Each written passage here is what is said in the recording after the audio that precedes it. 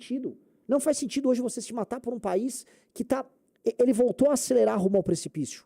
Essa é a única chance de salvar o Brasil, tá?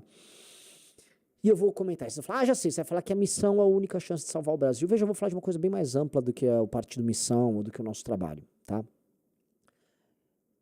O Brasil, eu já falei isso com vocês muitas vezes, o Brasil, ele é regido por um pacto que foi firmado entre as elites brasileiras na transição entre a ditadura brasileira, a ditadura militar, ou o regime militar, para você que é saudosista, e os tais democratas, em geral cosmopolitas, em geral do Centro-Sul, que constituíam aquilo que se chamava de MDB, e depois a pleiade, a miríade de partidos que, vamos dizer, surgiu das cisões internas ali do MDB, isso inclui o PSDB e muitos outros, e também o surgimento do PT e dos grupos de esquerda, né?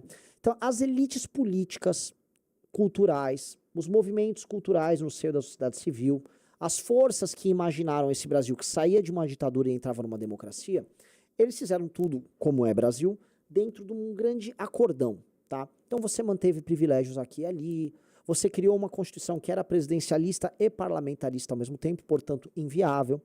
Você colocou na Constituição uma série de coisas, uma série de direitos e garantias que necessariamente fariam com que o Brasil tivesse, enquanto país em desenvolvimento, responsabilidades sociais e constitucionais que nos prendem num modelo, vamos dizer, de bem-estar social à la Europa do meio do século XX, o que te dá muito peso antes de você decolar o avião, tá? Você fez com que inúmeros processos ficassem engessados na administração pública. Um exemplo, demitir servidores públicos por parte de um membro do executivo é uma coisa muito difícil. Você deu superpoderes para instituições como o Ministério Público e você criou tantos checks and balances entre os poderes que naturalmente tudo ficou inviável. E aí, para governar e para ter efetividade, você precisa ser autoritário, ou seja, você precisa passar por cima dos outros poderes, de modo a ganhar um pouco de seriedade. Então, todas as vezes que alguém quer exercer poder no Brasil, para passar por cima dessas outras coisas, ou ele compra um outro poder, ou ele compra um agente político, por exemplo, um membro do executivo compra um parlamentar, mensalão, um exemplo disso, tá? Emendas, etc. O que você pode ver agora que a gente vive, o que a gente chama de centrolão, que são as emendas de compra de parlamentar, do orçamento secreto. Ou você tem, por exemplo, um STF que usa do seu poder judicial para ir para cima de parlamentares, ir para cima do poder executivo e garantir, vamos dizer, a continuidade da sua própria expressão de poder. É uma Constituição e é também um arranjo político que fez com que corporações de servidores públicos ficassem ultrapoderosos e exercessem poder dentro da estrutura, dentro da máquina pública, tá? E elas fez com que o Brasil ficasse caro antes de ficar rico. Então nós somos um país caro e inviável e não somos um país rico. E esse arranjo, que ele vai ficando inviável, vai se tornando impossível, ele é mantido através da gestão das cidades, que são muitas, por parte do Centrão. As cidades não conseguem se desenvolver economicamente, e você criou um sistema de redistribuição de dinheiro que capta o dinheiro das pessoas nos locais mais produtivos do Brasil e joga nas pessoas menos produtivas do Brasil. Então é assim, se você é uma pessoa que trabalha e produz, necessariamente você será penalizada para bancar pessoas que não conseguem trabalhar e produzir.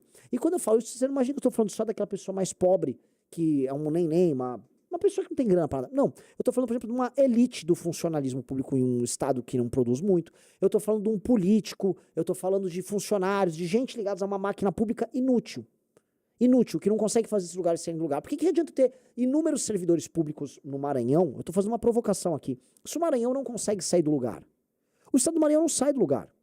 Os números de segurança pública, os números de educação, os números de desenvolvimento humano, a dependência necessária do governo federal, isso é só um peso. Então parece assim, quanto pior você vai, mais premiado você é pelo governo federal.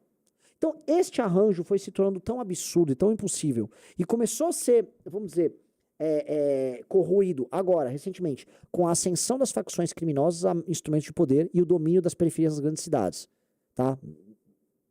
Preciso comentar mais do que isso? Né? Pela alteração no perfil demográfico brasileiro, dado que a natalidade é cada vez menor, tá? Pelos gastos maiores que a gente assistiu na pandemia. Então tudo isso começou a catalisar o problema está ficando maior e a gente está sentindo cheiro de que vai dar merda. E o cheiro tá todo aí. As brigas institucionais, porque a classe média que é roubada, e a gente precisa explicar para vocês. Quem trabalha e produz é penalizado, eu falei isso. Logo, quem trabalha e produz é penalizado, essa pessoa começa a se rebelar de alguma maneira. E ela começa a procurar justiceiros, os ditos populistas. Jair Bolsonaro é um exemplo disso. Mas no primeiro mundo isso acontece de outra maneira. São outros arranjos, mas isso também acontece.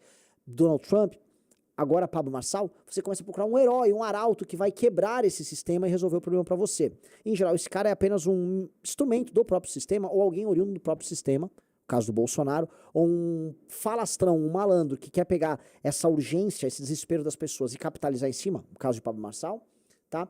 E eles usam isso para atacar o jogo, e aí para eles vale tudo, mentira e tal, porque você tá desesperado. Aí você fortalece o dito sistema que começa a utilizar poderes especiais para brecar essa estranha revolução que surge justamente de pessoas da classe média. Com base nisso, você tem uma sanha autoritária surgindo, por exemplo, de cortes superiores.